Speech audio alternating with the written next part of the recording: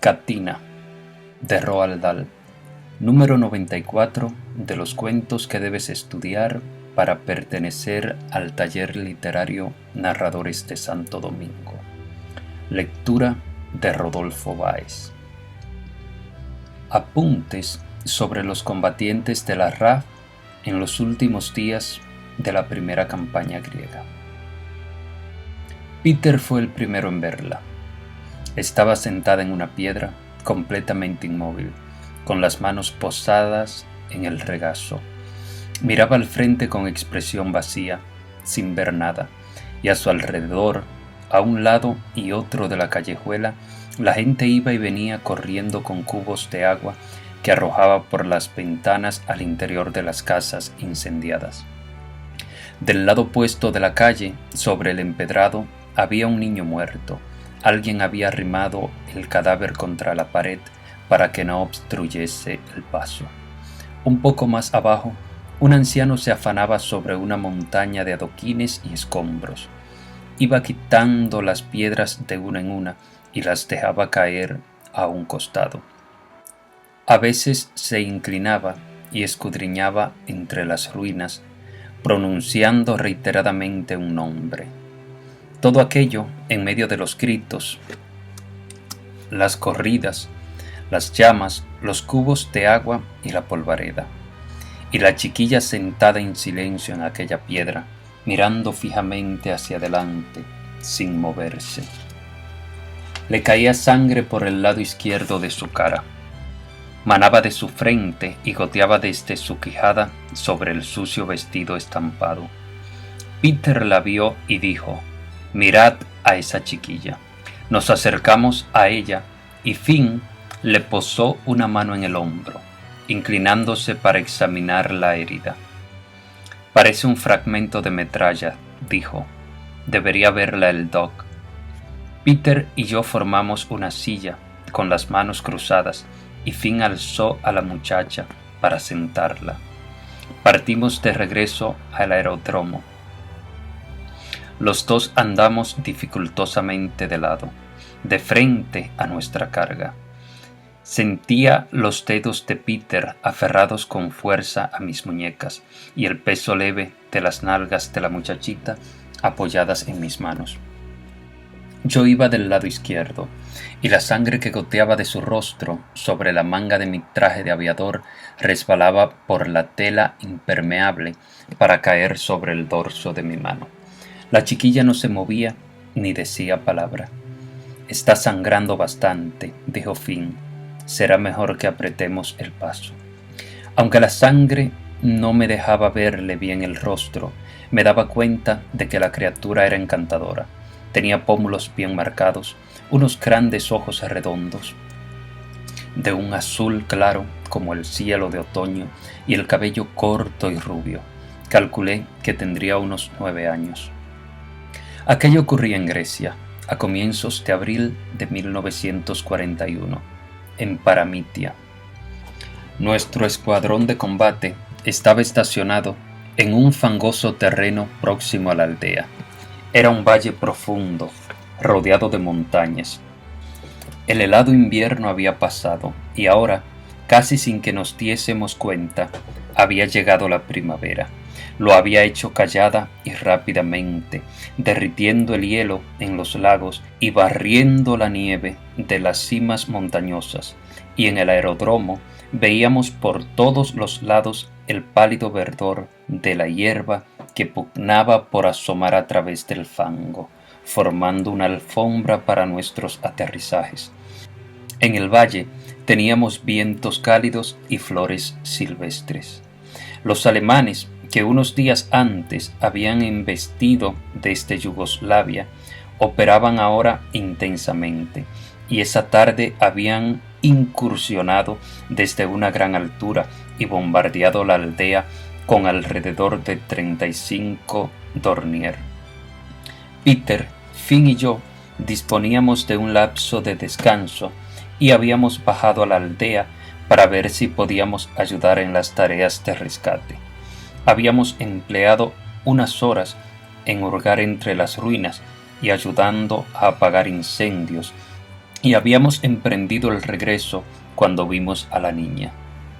Al aproximarnos ahora al campo de aterrizaje, vimos los hurricanes que describían círculos apretándose a tomar tierra, y como era de esperar, allí estaba Doc de pie delante de la tienda sanitaria, pendiente de que alguien llegase herido. Nos dirigimos hacia él con nuestra chiquilla en volandas, y Finn, que iba unos metros por delante, dijo: Doc! ¡Candul perezoso! Aquí hay trabajo para ti. El Doc era joven, agradable y retraído, excepto cuando se emborrachaba. Cuando estaba borracho cantaba muy bien. Llévenla a la enfermería, dijo. Peter y yo entramos y la depositamos sobre una silla. A continuación nos apartamos y nos pusimos a recorrer la tienda para ver cómo marchaban los muchachos. Estaba empezando a oscurecer.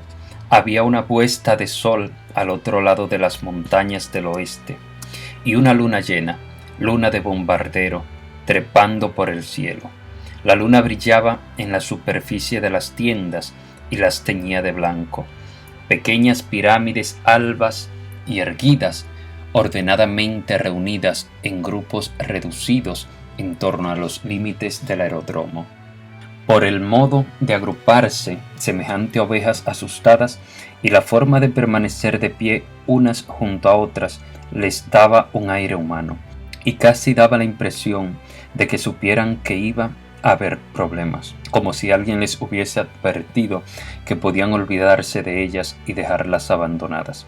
Mientras las miraba, tuve incluso la impresión de verlas moverse. Me pareció notar que las veía juntarse un poco más. Y luego, silenciosamente, sin un sonido, las montañas se deslizaron, haciendo ligeramente más angosto nuestro valle. Durante los 2 días siguientes hubo mucha actividad aérea. Levantarse al amanecer, volar, combatir y dormir, y la retirada del ejército. Eso fue más o menos todo lo que ocurrió, o para lo que hubo tiempo. Pero el tercer día las nubes se abalanzaron sobre las montañas y se deslizaron hasta el valle, y llovió, de modo que nos instalamos en la tienda comedor a beber cerveza y vino local, mientras el ruido de la lluvia en el techo remedaba al de una máquina de coser. Después, la comida. Por primera vez en muchos días estaba presente todo el escuadrón, 15 pilotos sentados en una larga mesa flanqueada por bancos a ambos lados, y el mono, nuestro comandante, en la cabecera. Estábamos aún en mitad del plato de carne en conserva cuando el faldón de la tienda se alzó y entró el Doc con un enorme impermeable chorreando sobre la cabeza, y con él, debajo del abrigo, venía la chiquilla. Llevaba una venda alrededor de la cabeza. «Hola», dijo el Doc, «he traído a una invitada». Todos miramos en derredor y súbitamente, de una forma automática, nos pusimos en pie. El Doc se estaba quitando el impermeable y la chiquilla se quedó allí con los brazos colgando a los costados, mirándonos, mientras nosotros la mirábamos a ella. Con su cabello rubio y la tez pálida, tenía menos aspecto de griega que cualquiera otra quien yo hubiese visto antes. Aquellos 15 hombres de rudo aspecto, puestos súbitamente de pie ante su entrada, la habían asustado, y por un instante giró a medias el cuerpo, como si se aprestase a salir corriendo bajo la lluvia. «Hola, ven a sentarte», dijo el mono. «Háblele en griego», dijo el Doc. «Si no, no entiende». Finn, Peter y yo nos miramos, y Finn dijo: «Por Dios, si es nuestra chiquilla. Buen trabajo, Doc». Ella reconoció a Finn y se encaminó hacia el lugar ocupado por éste. Él la cogió de una mano y la hizo sentar en el banco, y todos los demás se sentaron a su vez. Le dimos un poco de carne y ella la comió lentamente, con la mirada clavada en el plato. «Que venga Pericles», dijo el mono. Pericles era el intérprete griego asignado al escuadrón. Era un hombre estupendo que habíamos reclutado en Yanina, donde había sido el maestro de la escuela local. Se había quedado sin trabajo desde que comenzó la guerra. Los niños no vienen a la escuela, decía. Están arriba en las montañas combatiendo. Yo no puedo enseñar a sumar a las piedras. Pericles entró. Era viejo. Llevaba barba, tenía la nariz puntiaguda y unos grises ojos tristes. No se le veía la boca, pero la barba hacía una especie de sonrisa cuando él hablaba. Pregúntale cómo se llama, dijo el mono. Él le dijo a la chiquilla algo en griego. Ella alzó la mirada y dijo, Catina.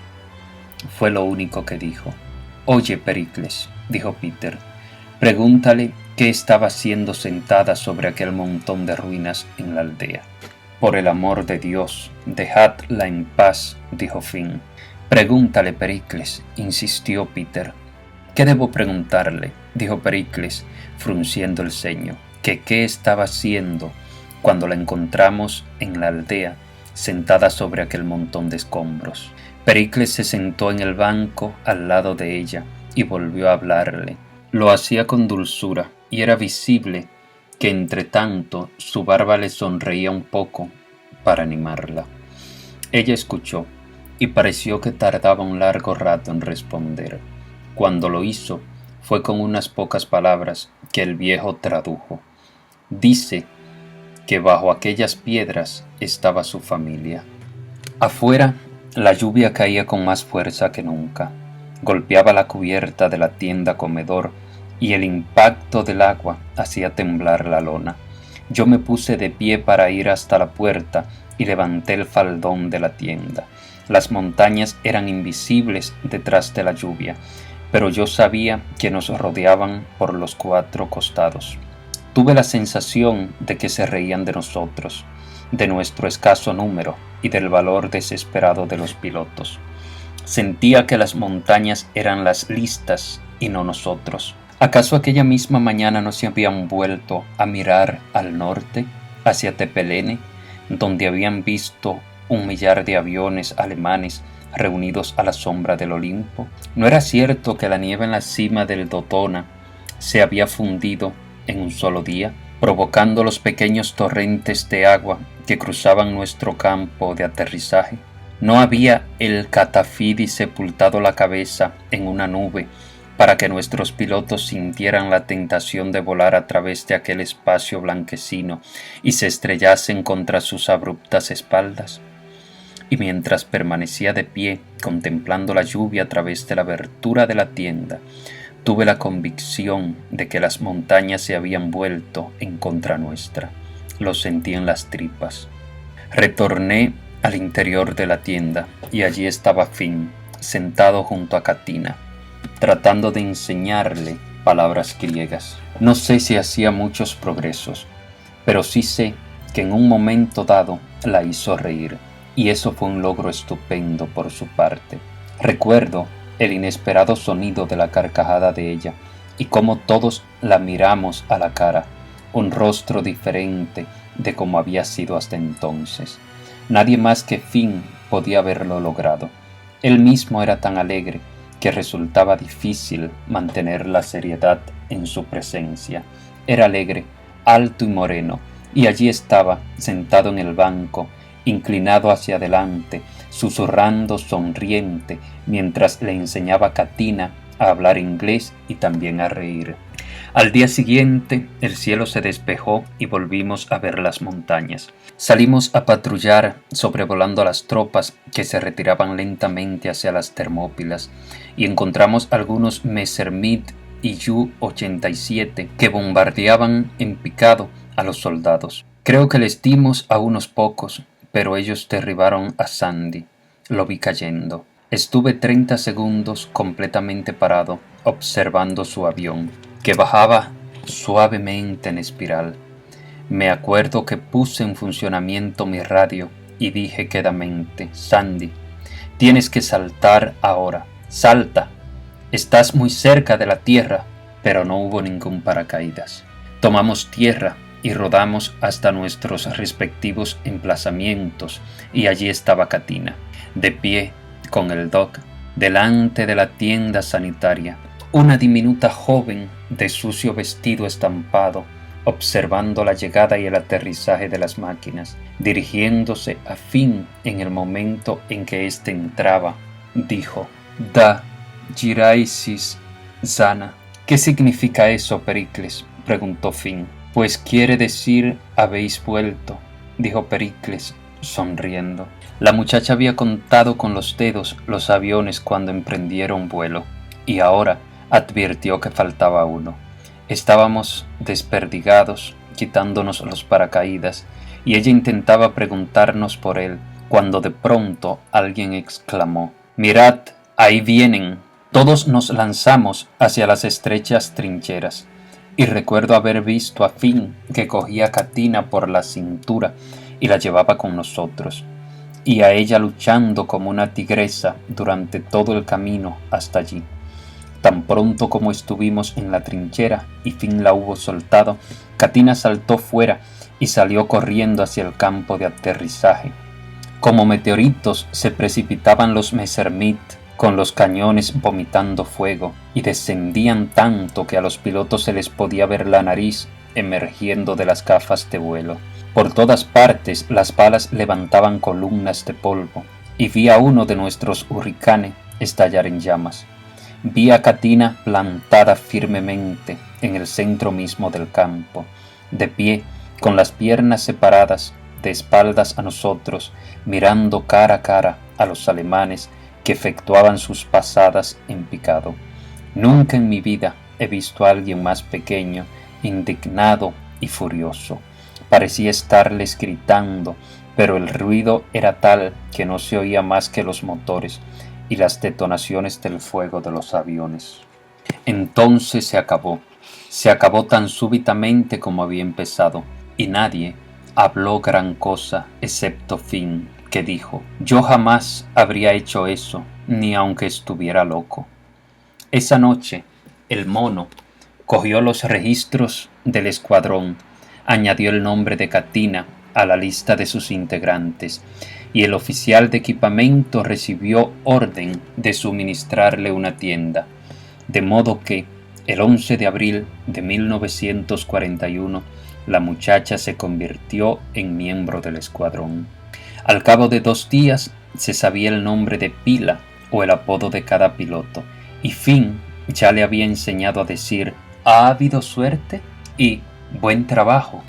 Pero fue una época de mucha actividad, y cuando intento reconstruirlo de hora en hora, el periodo entero se vuelve confuso en mi mente.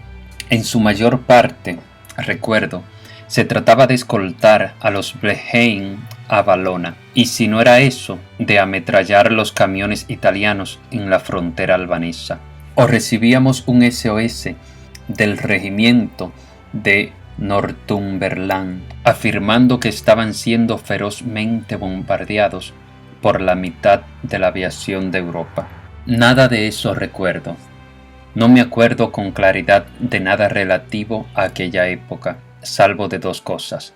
Una es Katina y su permanente presencia entre nosotros, que estaba en todas partes y que a donde quiera que iba, la gente quedaba encantada al verla. La otra cosa que recuerdo es la entrada del Toro en la tienda comedor una noche, tras haber patrullado en solitario.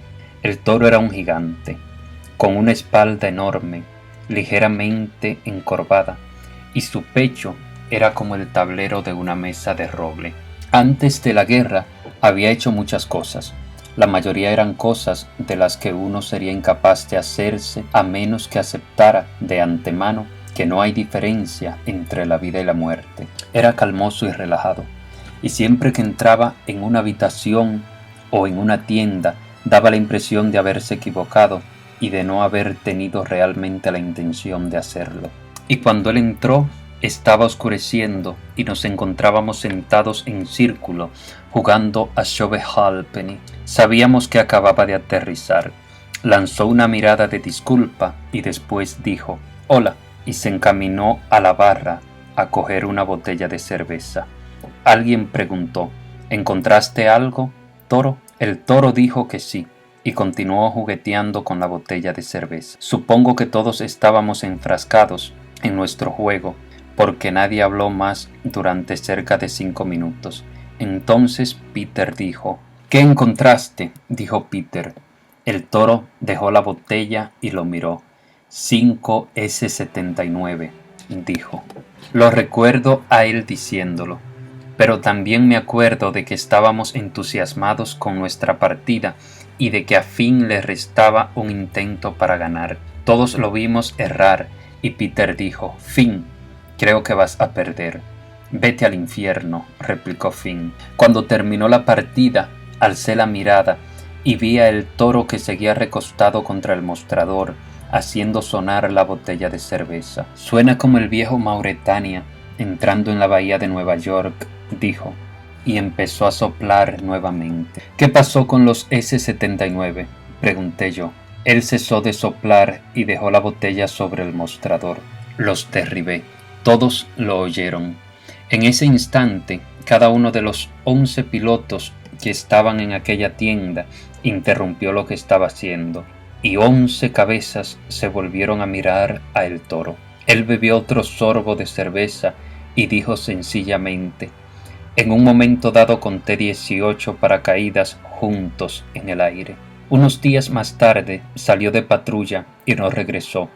Poco después, el mono recibió un mensaje de Atenas. Decía que el escuadrón debía trasladarse a Eleusis y desde allí defender la propia Atenas, además de cubrir a las tropas que se retiraban por el paso de las Termópilas. Catina debía ir con los camiones y le dijimos al doc que a él le correspondía ocuparse de que llegase sana y salva.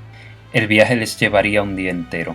Los pilotos éramos 14. Volamos sobre las montañas hacia el sur y a las 2:30 aterrizamos en Eleusis. Era un aeródromo estupendo, con pistas y hangares, y lo mejor de todo, Atenas quedaba solo a 25 minutos de coche. Ese atardecer, mientras iba oscureciendo, me quedé fuera de la tienda. Permanecí de pie con las manos en los bolsillos, contemplando la puesta de sol y pensando en la tarea que teníamos encomendada. Cuanto más lo pensaba, más imposible sabía que era. Lo sabía. Alcé la vista y una vez más vi las montañas.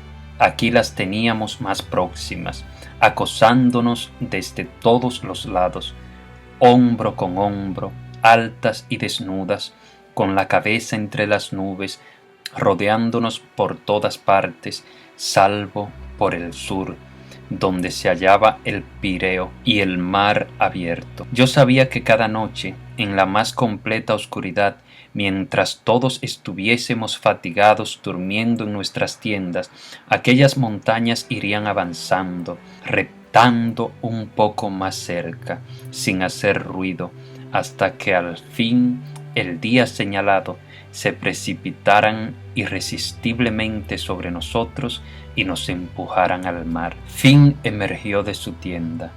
¿Te has fijado en las montañas?, le pregunté. Están llenas de dioses. No sirven para nada, respondió. Ojalá se queden quietas, dije. Finn alzó la mirada hacia los grandes riscos del Parnes y el Pantelicón. Están llenas de dioses, repitió él. A veces, en mitad de la noche, cuando hay luna, se los ve sentados en las cimas. Había uno sobre el Catafidi cuando estábamos en Paramitia. Era enorme como una casa, pero sin forma alguna y completamente negro. ¿Tú lo viste? Claro que lo vi. ¿Cuándo?, pregunté. ¿Cuándo lo viste, Finn? Vámonos a Atenas, dijo Finn. Vámonos a Atenas a ver mujeres. Al día siguiente los camiones portadores del personal de tierra y el equipo entraron rugiendo en el aeródromo, y allí estaba Catina, sentada en el asiento delantero del vehículo que venía en cabeza, con el doc a su lado. Nos saludó con la mano, descendió de un salto y vino corriendo hasta nosotros, riendo y llamándonos por nuestros nombres, que en griego sonaban extrañamente. Seguía con el mismo sucio vestido estampado y llevaba aún una venda alrededor de la cabeza, pero en su cabeza brillaba el sol. Le mostramos la tienda que le habíamos preparado y el pequeño camisón de algodón que Finn había conseguido misteriosamente la noche anterior en Atenas.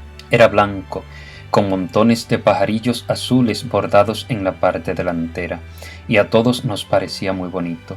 Katina quiso ponérselo enseguida y llevó un buen rato convencerla de que era únicamente para dormir. 6 veces tuvo fin que ejecutar una complicada pantomima consistente en fingir que se ponía el camisón para luego saltar al lecho y quedar profundamente dormido. Al final, ella sintió vigorosamente con la cabeza y entendió. Durante los 2 días que siguieron no ocurrió nada, aparte de la llegada de los restos de otro escuadrón que vino del norte a unirse a nosotros. Trajeron 6 hurricanes, de modo que en total teníamos unas 20 máquinas. A continuación, esperamos. Al tercer día aparecieron aviones de reconocimiento alemanes describiendo círculos a gran altura sobre el Pireo y salimos a perseguirlos, pero nunca nos elevábamos a tiempo para darles caza. Resulta comprensible, porque nuestro radar era de un tipo muy especial. Actualmente está obsoleto y dudo que vuelva a ser utilizado alguna vez. Por todo el país, en todas las aldeas, en lo alto de las montañas y en las islas circundantes, había griegos que se comunicaban con nuestra pequeña sala de operaciones a través del teléfono de campaña. Carecíamos de oficial de operaciones, de modo que nos turnábamos para hacer sus veces durante un día entero. Mi turno llegó al 4.º día y recuerdo claramente lo que sucedió. A las 6:30 de la mañana sonó el teléfono.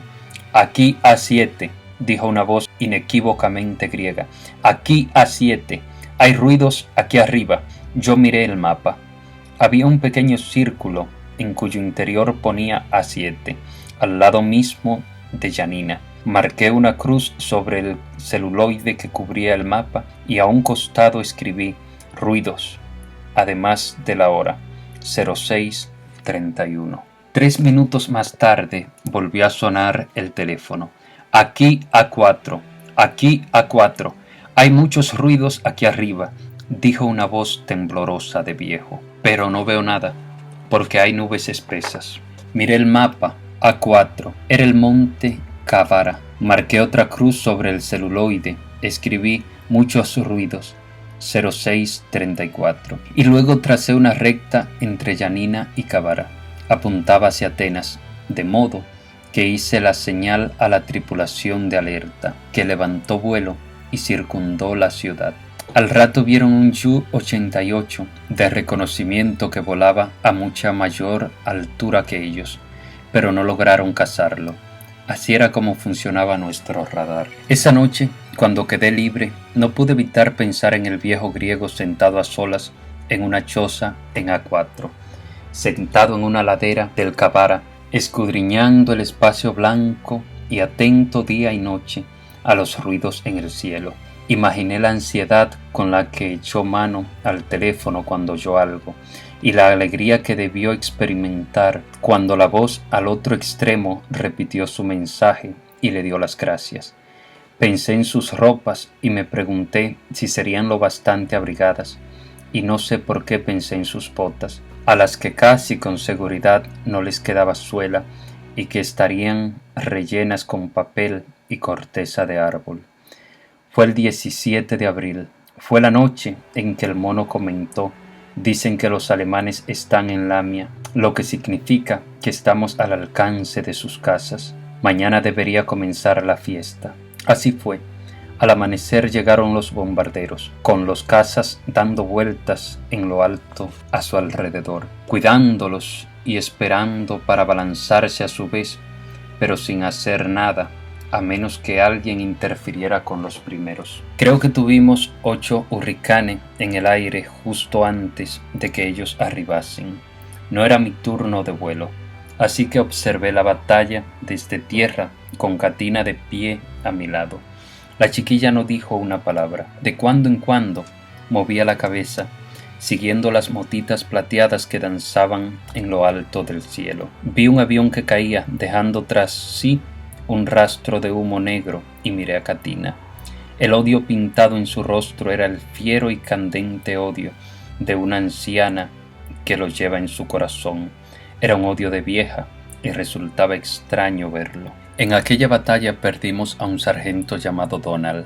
A mediodía, el mono recibió otro mensaje de Atenas. Decía que la moral estaba decaída en la capital y que todos los hurricanes disponibles debían volar en formación a baja altura sobre la ciudad para demostrar a los habitantes lo fuertes que estábamos y qué cantidad de aviones teníamos. Despegamos 18 de nosotros.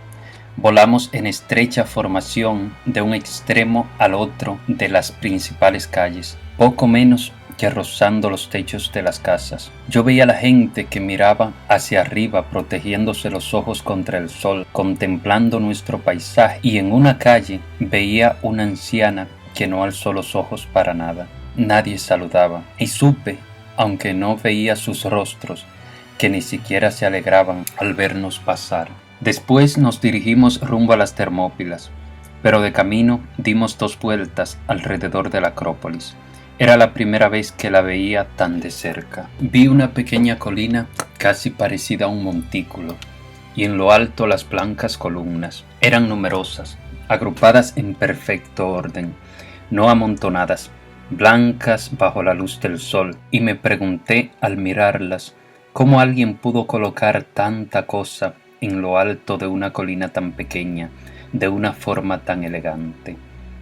Luego volamos sobre el gran paso de las Termópilas y vi extensas hileras de vehículos que se desplazaban lentamente hacia el sur, en dirección al mar. Veía ocasionalmente pequeños surtidores como de humo blanco en los lugares donde algún proyectil daba en tierra en el valle, y vi un blanco directo en la carretera que dejó un espacio vacío en la caravana de vehículos, pero no vimos ningún avión enemigo.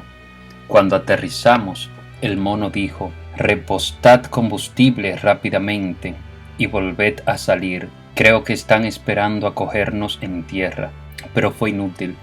Descendieron desde el cielo 5 minutos después de nuestro aterrizaje. Recuerdo que me encontraba en el cuarto de los pilotos del hangar número 2, hablando con Finn y con un hombretón alto, de cabellos alborotados, llamado Paddy. Oímos las balas en el techo de chapa ondulada del hangar, después unas explosiones, y los 3 nos zambullimos bajo la mesita de madera que había en medio del cuarto. Pero la mesa se volcó, Paddy la acomodó y se arrastró debajo. «Es bueno estar debajo de una mesa», dijo. «Yo no me siento a salvo si no estoy debajo de una mesa». «Yo nunca me siento a salvo», dijo Finn. Estaba sentado en el suelo, observando los agujeros que las balas hacían en la pared de chapa corrugada del cuarto. Las balas producían un gran estruendo al golpear contra la hojalata. A continuación, cobramos ánimo. Nos levantamos y atisbamos el exterior desde la puerta. En torno al aeródromo giraba un gran número de Messerschmitt 109 que, uno tras otro, enderezaban el rumbo y efectuaban pasadas sobre los hangares rociando el pavimento de metralla. Pero hacían algo más. Deslizaban hacia atrás la cubierta de la cabina y al pasar arrojaban unas pequeñas bombas que explotaban al golpear el suelo y proyectaban violentamente grandes bolas de plomo en todas direcciones. Esas eran las explosiones que habíamos oído, y el ruido producido por las balas de plomo al dar en el hangar era tremendo. Entonces vi a los hombres, el personal de tierra, en pie en las estrechas trincheras, disparando con rifles contra los Messerschmitt, recargando y disparando con la mayor rapidez posible, al tiempo que maldecían a gritos, apuntando de forma risible, desesperadamente, rifles contra aviones. En Eleusis no existían más medios de defensa. De pronto todos los Messerschmitt giraron y pusieron rumbo a su base, todos menos uno, que bajó y efectuó un suave aterrizaje de panza en el aeródromo. Entonces se produjo el caos.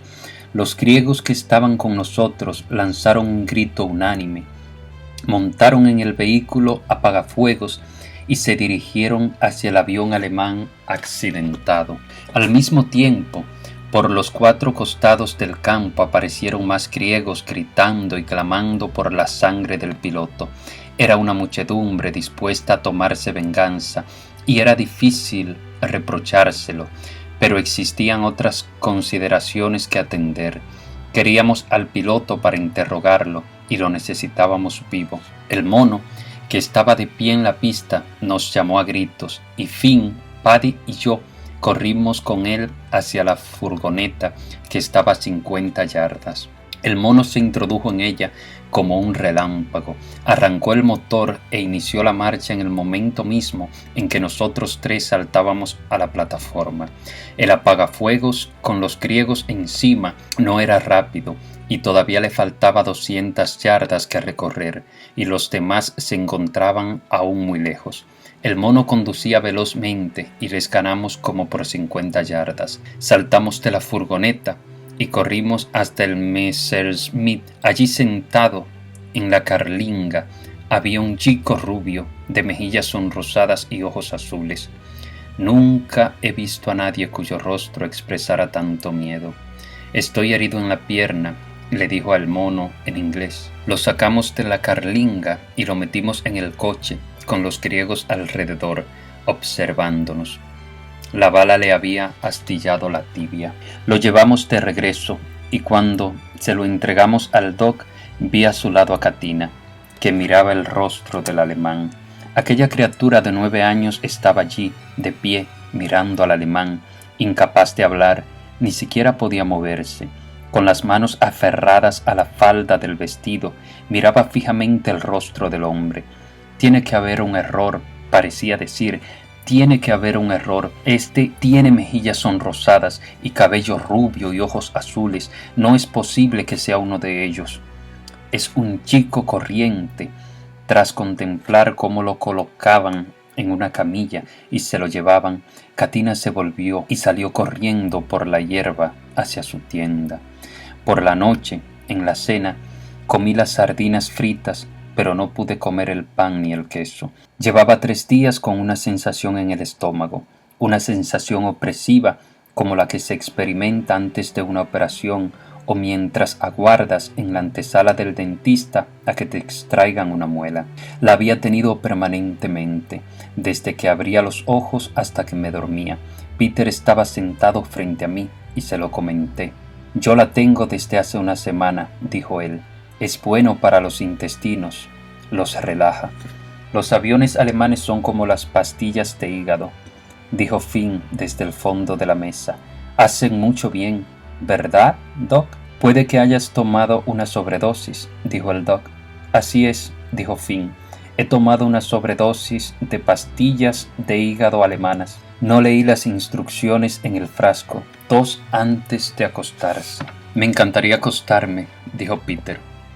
Después de la cena, 3 de nosotros fuimos andando hasta los hangares con el mono, que dijo: «Me preocupan estas incursiones contra blancos en tierra. Los alemanes jamás atacan los hangares, porque saben que nunca ponemos nada dentro. Me parece que esta noche cogeremos 4 de los aviones y los meteremos en el hangar número 2.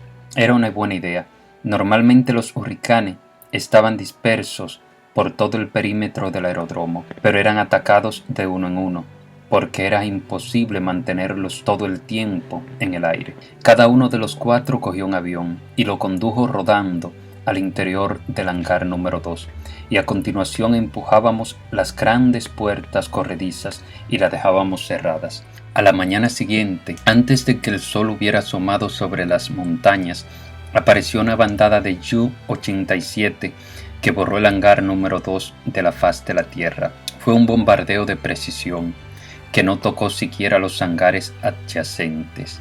Esa tarde mataron a Peter. Salió hacia una aldea llamada Kalkis, que estaba siendo bombardeada por unos Ju-88, y nadie volvió a verlo nunca. El alegre y risueño Peter, cuya madre, que vivía en una granja de Kent, solía escribirle en unos sobres largos de color azul celeste que él llevaba a todas partes en los bolsillos. Yo siempre había compartido alojamiento con Peter desde que llegué al escuadrón, y aquella noche, cuando estuve acostado, Él volvió a la tienda. Podéis no creerme. No espero que lo hagáis, pero os estoy contando lo que ocurrió. Acostumbraba a acostarme el primero, porque en esas tiendas no hay sitio para que dos personas se vuelvan al mismo tiempo. Peter solía entrar 2 o 3 minutos después. Esta vez me metí en el camastro y me quedé pensando en que esa noche él no iba a venir. Me preguntaba si su cuerpo yacería entre los restos de su avión sobre la desolada ladera de la montaña, o si se hallaría en el fondo del mar, y mi deseo era que ojalá hubiese tenido un funeral decente. De pronto oí que algo se movía. El faldón de la tienda se abrió y volvió a cerrarse, pero no hubo ruido de pasos. A continuación lo oí sentarse en su camastro. Era un ruido que yo había oído todas las noches a lo largo de las últimas semanas y que había sido siempre igual, un sordo impacto al sentarse y el crujido de las patas de madera del camastro. Una después de otra fueron quitadas y dejadas caer al suelo las botas de aviador, y como siempre, una tardó 3 veces más tiempo en salir que la otra. Lo siguiente fue el roce suave de la manta retirada, seguido por el estruendo del desvencijado camastro al recibir el peso del cuerpo de un hombre. Eran sonidos que yo había oído cada noche, los mismos y en el mismo orden, e hicieron que me sentara en mi lecho y dije: «Peter». La tienda estaba a oscuras. Mi voz sonó muy fuerte. «Hola, Peter. Hoy has tenido mala suerte», pero no hubo respuesta. Yo no me sentía nervioso ni asustado, pero me acuerdo que me toqué la nariz con un dedo para asegurarme de que estaba allí. Enseguida, como me encontraba muy fatigado, me quedé dormido. Por la mañana miré el lecho y vi que había sido usado, pero no se lo mostré a nadie, ni siquiera a Finn. Yo mismo coloqué las mantas de nuevo en su lugar y di unos golpecitos alisando la almohada. Fue aquel mismo día, 20 de abril de 1941, cuando librábamos la batalla de Atenas, tal vez la última de las grandes batallas aéreas, porque actualmente los aviones vuelan siempre en grandes formaciones de alas y escuadrones, y el ataque se efectúa metódica y científicamente, siguiendo las órdenes del jefe. Hoy en día uno no se bate en el cielo, excepto en muy raras ocasiones, pero la batalla de Atenas fue un prolongado y hermoso combate, en el cual 15 hurricanes combatieron durante media hora contra unos 150 o 200 bombarderos y cazas alemanes. Los bombarderos empezaron a aparecer en las primeras horas de la tarde. Era un espléndido día primaveral y por primera vez el sol tenía algo de verdadero calor estival. El cielo estaba despejado, salvo por las pocas nubecillas aisladas, y las montañas resaltaban negras y nítidas contra el azul del cielo. El Pentelicón ya no escondía la cabeza en las nubes. Se alzaba ante nosotros, torvo y amenazante, vigilando cada movimiento, sabedor de que cada cosa que hacíamos servía de poco. Los hombres eran estúpidos y estaban hechos únicamente para morir, en tanto que las montañas y los ríos eran perennes y no notaban el paso del tiempo. ¿Acaso el propio Pentelicón, al dirigir despectivamente la mirada a las Termópilas muchos años atrás, no había visto a un puñado de espartanos defendiendo el paso contra los invasores? ¿No los había visto pelear hasta que ninguno de ellos quedó vivo? ¿No había visto a los persas hacer pedazos a Leónidas en Maratón? ¿Y no había estado mirando con desdén hacia Salamina y el mar cuando Temístocles y los atenienses expulsaron de sus costas al enemigo, haciéndole perder más de 200 embarcaciones? Todas esas cosas y mucha más había visto, y ahora nos miraba desdeñosamente a nosotros, que no éramos nada a sus ojos. Había casi una mueca de desprecio en el rostro de la montaña, y por un momento me pareció oír la risa de los dioses. Sabían perfectamente que no éramos bastantes y que al final debíamos perder. Los bombarderos llegaron inmediatamente después de la hora de comer, y enseguida comprobamos que eran muy numerosos. Al mirar el cielo, vimos que se llenaba de pequeñas motas plateadas y que la luz solar bailoteaba emitiendo destellos sobre un centenar de pares de alas diferentes. Los hurricanes eran 15 en total y combatieron con el furor de una tormenta celeste. No es fácil recordar mucho de una batalla semejante, pero me acuerdo que alcé la vista y vi una profusión de pequeños puntos negros en el cielo. Recuerdo haber pensado para mis adentros que aquellos no podían ser aviones, simplemente no podían serlo, porque no había tantos aviones en el mundo. Entonces se nos echaron encima, y me acuerdo de haber accionado un pequeño alerón para poder girar en círculos más apretados. Después recuerdo solo algunas pequeñas incidencias que me quedaron grabadas en la mente. Las llamaradas surgieron de los cañones de un Messerschmitt que me atacaba directamente por estribor. El alemán, cuyo paracaídas se prendió fuego en el momento de abrirse, el que se colocó a mi altura y me hizo señas obscenas con los dedos, el hurricane que chocó con un Messerschmitt, el avión que chocó contra alguien que descendía en paracaídas y entró en una espantosa barrena enloquecida, con el hombre y el paracaídas enredados del ala de babor. 2 bombarderos colisionaron al virar para eludir a un caza. Y conservo nítidamente la visión de un hombre expulsado de entre el humo y los restos del choque para quedar suspendido en el aire con los brazos extendidos y las piernas abiertas. Os aseguro que no hubo nada que no ocurriese en aquella batalla. Hubo un momento en que vi un hurricane describiendo círculos cerrados en torno a la cima del monte Parnaso con 9 Messerschmitt tras él. Y recuerdo que súbitamente los cielos parecieron despejarse. No había ya ningún avión a la vista. La batalla había terminado. Di media vuelta para dirigirme de regreso a Eleusis, y de pasada miré hacia abajo y vi Atenas y el Pireo y la orilla del mar describiendo la curva de la bahía y enderezando hacia el sur camino del Mediterráneo. Vi el puerto del Pireo donde habían caído las bombas y vi el humo y las llamas que subían de los muelles. Vi la estrecha llanura litoral y en ella unas diminutas hogueras, delgadas columnas de humo negro que ascendían en espiral y se perdían hacia el este. Eran los aviones derribados y tuve la esperanza de que ninguno de ellos fuese de los nuestros. En ese preciso momento apareció de golpe ante mí un Junker 88, un rezagado, el último bombardero que volvía de la incursión. Estaba averiado y uno de los motores iba dejando un reguero de humo negro.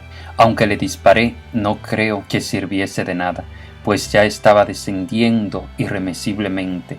Nos hallábamos sobre el mar y comprendí que no llegaría a tomar tierra, y no lo hizo. Tras un pausado descenso, se posó de panza sobre el golfo azul del Pireo, a 2 millas de la costa. Lo seguí y volé en círculo, esperando a que la tripulación se pusiera a salvo en un bote. La máquina comenzó a sumergirse lentamente, hundiendo el morro en el agua y alzando la cola en el aire, pero no había señales de la tripulación. De improviso, sin la menor señal previa, la ametralladora de popa empezó a disparar. Abrieron fuego con ella y con las balas hicieron unos pequeños agujeros irregulares a mi ala de estribor. Viré alejándome y me acuerdo de haberles gritado. Deslicé hacia atrás la cubierta de la cabina y les grité: «¡Malditos bastardos valientes! ¡Ojalá os ahoguéis!». El bombardero se hundió al poco rato. Cuando regresé, todos mis camaradas estaban de pie formando un círculo fuera de los hangares, contando las marcas. A Catina, sentada en un cajón, le rodaban las lágrimas por las mejillas, pero no estaba llorando, y Finn, arrodillado junto a ella, le hablaba suave y dulcemente en inglés, sin acordarse de que ella no sabía el idioma. Perdimos 1/3 de nuestros hurricanes en aquella batalla, pero los alemanes perdieron más. El Doc, que estaba vendando a uno que había sufrido quemaduras, alzó la mirada y dijo: «Tendríais que haber visto a los griegos en el aeródromo, celebrando con victores la caída de cada bombardero derribado». Mientras estábamos allí hablando, apareció un camión del que saltó un griego que dijo que dentro traía un cadáver hecho pedazos. «Este es el reloj que llevaba en el brazo, agregó. Era un reloj de pulsera plateado, con esfera luminosa, y tenía unas iniciales grabadas al dorso. Ninguno de nosotros miró el interior del camión. En ese momento nos quedaban, me parece, 9 hurricanes. Esa noche vino de Atenas un oficial de muy alto rango de la RAF y nos dijo: mañana al amanecer volveréis todos a Megara. Está a unas 10 millas por la costa. Allá hay un pequeño campo en el que podéis aterrizar. El ejército va a trabajar en él toda la noche. Tienen 2 grandes apisonadoras y van a dejarlo bien plano. Tan pronto como aterricéis, debéis ocultar nuestros aviones en el olivar que hay al sur del campo. El personal de tierra irá más al sur, a Argos, y vosotros podréis uniros a ellos después. Pero tenéis que operar desde Mégara durante un día o 2. ¿Dónde está Katina?, preguntó Finn. Doc tiene que buscar a Katina y asegurarse de que llegue a Argos sana y salva. Lo haré, dijo el Doc, y sabíamos que podíamos confiar en él. Al amanecer de la mañana siguiente, mientras aún estaba oscuro, despegamos y volamos hacia el pequeño campo de Mégara, distante 10 millas. Aterrizamos y ocultamos nuestros aviones en el olivar, arrancando ramas de los árboles para cubrirlos con ellas. Después nos sentamos en la ladera de una pequeña colina a esperar órdenes. Cuando el sol se elevó sobre las montañas, miramos hacia el lado opuesto del campo y vimos que una multitud de campesinos griegos de la aldea de Mégara se encaminaba a nuestro campo. Eran varios cientos, en su mayoría mujeres y niños, y todos venían hacia nuestro campo, cada vez más deprisa. ¡Demonios!, exclamó Finn, y todos nos pusimos de pie en nuestra pequeña colina para observar, preguntándonos qué se propondrían hacer. Lo que hicieron fue dispersarse a lo largo del perímetro del campo y juntar manojos de brezo y de helecho, tras lo cual, formando largas filas, empezaron a esparcirlos sobre la hierba. Estaban camuflando nuestro campo de aterrizaje. Las apisonadoras, al recorrer el campo para dejarlo liso, habían dejado también marcas fácilmente visibles desde las alturas, y por eso los griegos, hombres, mujeres y niños, habían venido de la aldea para enmendar las cosas. Formaron una larga fila de un lado al otro del campo, y andando lentamente iban esparciendo el brezo. Finn y yo fuimos a mezclarnos con ellos. Eran mayoritariamente ancianas y ancianos, muy pequeños y de aspecto triste, con el rostro oscuro y arrugado, y trabajaban lentamente.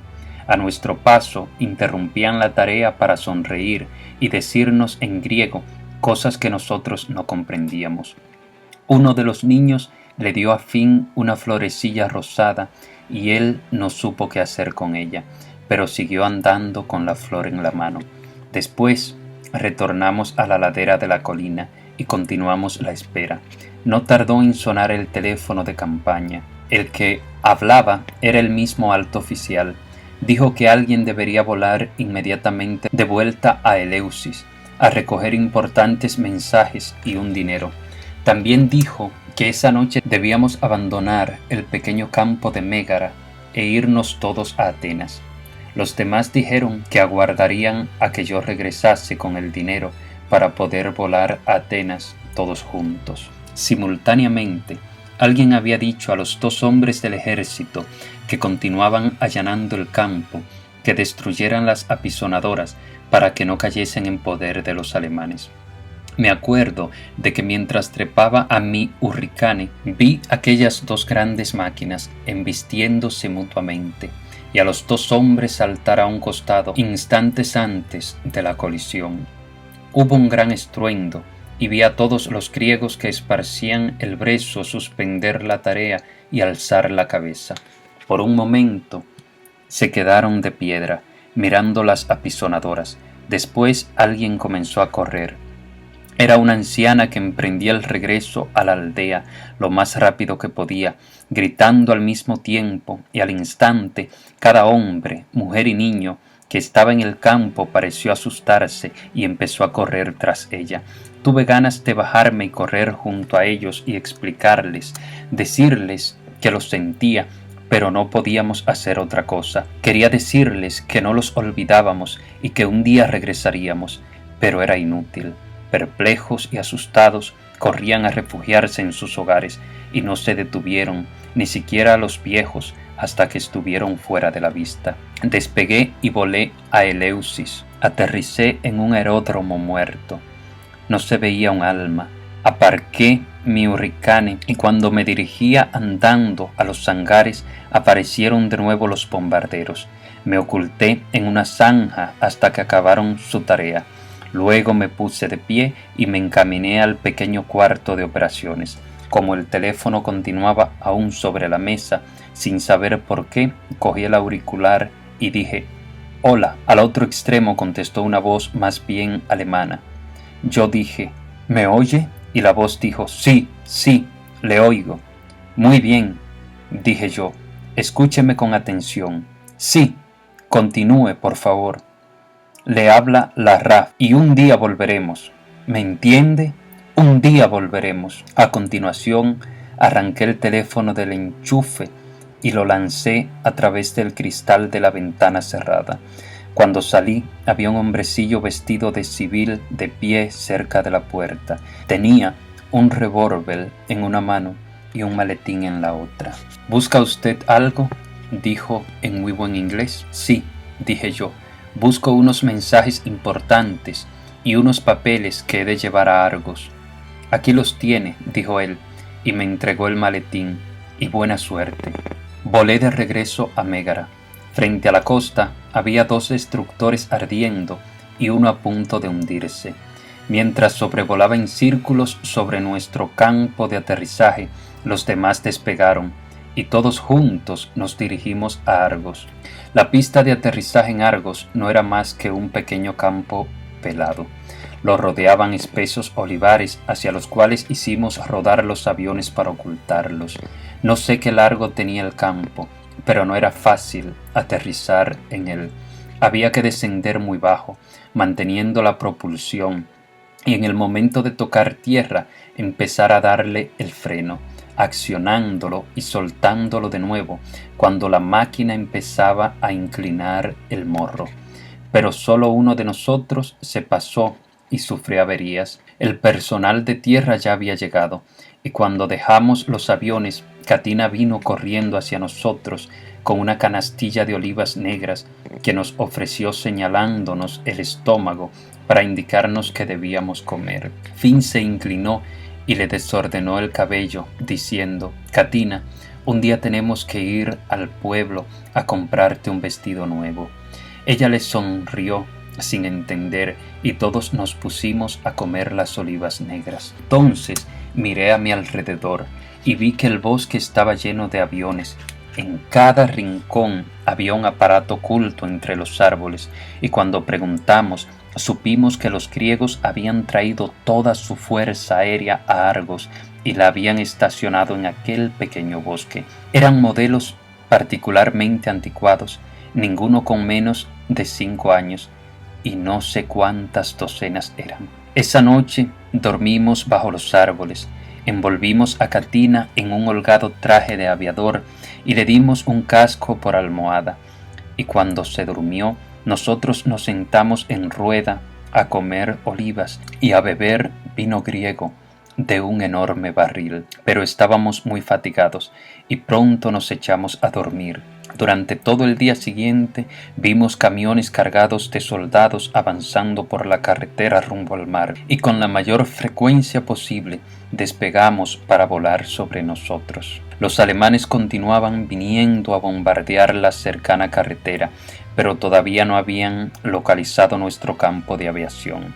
Avanzando el día, nos dijeron que todos los Hurricane disponibles debían despegar a las 6 de la tarde para proteger una importante maniobra de embarque, y las 9 máquinas, que eran todas las que ahora nos quedaban, fueron apostadas y quedaron prontas. A las 6 menos 3 minutos empezamos a salir del Monte de Olivos en dirección a la pista. Las primeras 2 máquinas despegaron, pero tan pronto como estuvieron en el aire, algo negro surgió velozmente del cielo y las derribó envueltas en llamas. Miré en derredor y vi no menos de 50 Messerschmitt 110 volando en círculos sobre nuestro campo, y en el mismo momento algunos de ellos giraron y se precipitaron sobre los 7 Hurricane que aguardaban para el despegue. No hubo tiempo para nada. Todos nuestros aviones fueron alcanzados en aquella primera pasada, aunque curiosamente solo uno de los pilotos resultó herido. Como ya era imposible despegar, saltamos fuera de los aviones y sacamos al herido de su cabina y corrimos con él de vuelta a las trincheras, a las maravillosas trincheras profundas y en zigzag que habían sido excavadas por los griegos. Los Messerschmitt se tomaron su tiempo. No hubo oposición desde tierra ni desde el aire, excepto la de Finn disparando su revólver. No es una experiencia agradable la de ser atacado en tierra desde el aire, en particular si los aviones poseen cañones en las alas, y a menos que se tenga una trinchera profunda en la que refugiarse, la cosa no tiene futuro. Por alguna razón, quizá porque les pareció un buen chiste, los pilotos alemanes se dedicaron a las trincheras antes de ocuparse de los aviones. Los primeros 10 minutos estuvimos yendo como locos de una parte a otra de las trincheras para no ser cogidos en una que corriese paralela a la línea de vuelo del avión atacante. Fueron 10 minutos agitados y horribles, con todo el mundo gritando ¡ahí viene otro!, y precipitándose hacia la esquina más próxima para situarse en un tramo diferente. Después los alemanes se dedicaron a los Hurricane y al mismo tiempo a la multitud de viejos aviones griegos estacionados por todo el olivar, y de uno en uno, metódica y sistemáticamente, los hicieron estallar en llamas. El ruido era tremendo y por todas partes, en los árboles, en las rocas y en la hierba, llovían las balas. Recuerdo haberme asomado con precaución al borde de nuestra trinchera y haber visto una pequeña flor blanca a pocas pulgadas de mi nariz. Era de un blanco inmaculado y tenía 3 pétalos. Recuerdo que al mirar más allá vi 3 de los aviones alemanes que se lanzaban en picado sobre mi Hurricane. Estaba estacionado al otro lado del campo y recuerdo que les grité, aunque no sé qué dije. Entonces súbitamente vi a Katina. Salía corriendo desde la esquina más alejada del aeródromo. Corría cuanto podía en dirección al centro mismo de aquella confusión de armas que vomitaban fuego y de aviones incendiados. Tropezó una vez, pero se las compuso para ponerse nuevamente de pie y siguió corriendo. Después se detuvo y se quedó mirando hacia lo alto, levantando los puños hacia los aviones que pasaban. Con Katina allí de pie, recuerdo que vi a uno de los Messerschmitt que efectuaba un giro para venir volando directamente hacia ella, y recuerdo haber pensado que era tan pequeña que no podían darle. Recuerdo haber visto los chorros llameantes de las ametralladoras y recuerdo fugazmente a la chiquilla de pie, completamente inmóvil, enfrentada a la máquina. Me recuerdo que el viento le sacudía la cabellera. Entonces cayó al suelo. Jamás olvidaré el momento siguiente. De todas partes, como por arte de magia, brotaron de la tierra los hombres, salieron en multitud de las trincheras y como una turba enloquecida se volcaron sobre el aeródromo, corrieron hacia el diminuto bulto que yacía inmóvil en el centro del campo. Corrían velozmente, agazapados, y recuerdo que salté de mi trinchera para unirme a ellos. Recuerdo que no pensaba en nada y que me fijé en las botas del hombre que iba delante de mí, notando que era algo patizambo y que los pantalones azules le quedaban demasiado largos. Recuerdo haber visto que Finn llegaba el primero, seguido de cerca por un sargento llamado Wistful, y recuerdo que entre los dos levantaban a Katina y empezaban a correr para llevarla de nuevo a las trincheras. Le vi la pierna, solo un montón de sangre y huesos, y le vi el pecho, del cual brotaba la sangre que le manchaba el blanco vestido estampado.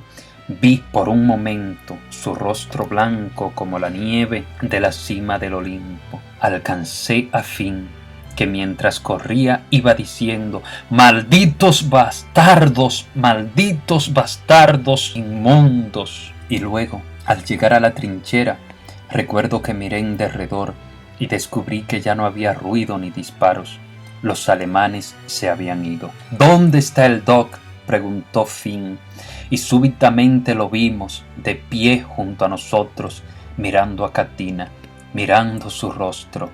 El Doc le cogió suavemente la muñeca y sin levantar la vista dijo: ya no vive. La colocaron bajo un arbolillo, y cuando giré la cabeza vi por todas partes las incontables hogueras de otros tantos aviones incendiados. Vi mi propio Hurricane ardiendo allí cerca y me quedé mirando desesperadamente las llamas que bailoteaban alrededor del motor y lamían el metal de las alas. Me quedé mirándolas fijamente. Mientras las contemplaba, las llamas se volvieron de un rojo más intenso, y lo que veía detrás de ellas no era una masa de despojos humeantes, sino las llamas de una hoguera más caliente e intensa, la que ahora ardía sin tregua en el corazón del pueblo de Grecia.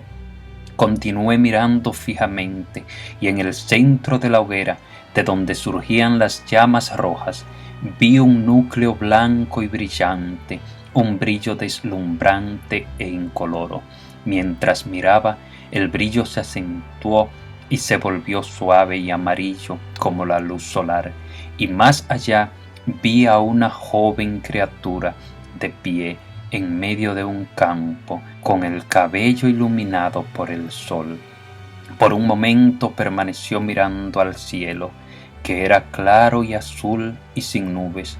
Luego se volvió para mirarme, y en ese momento vi que su blanco vestido estampado estaba manchado de un rojo oscuro, el color de la sangre. Después desaparecieron el fuego y las llamas, y vi delante de mí los retorcidos restos incandescentes de un aeroplano quemado. Debo haber permanecido allí de pie un largo rato.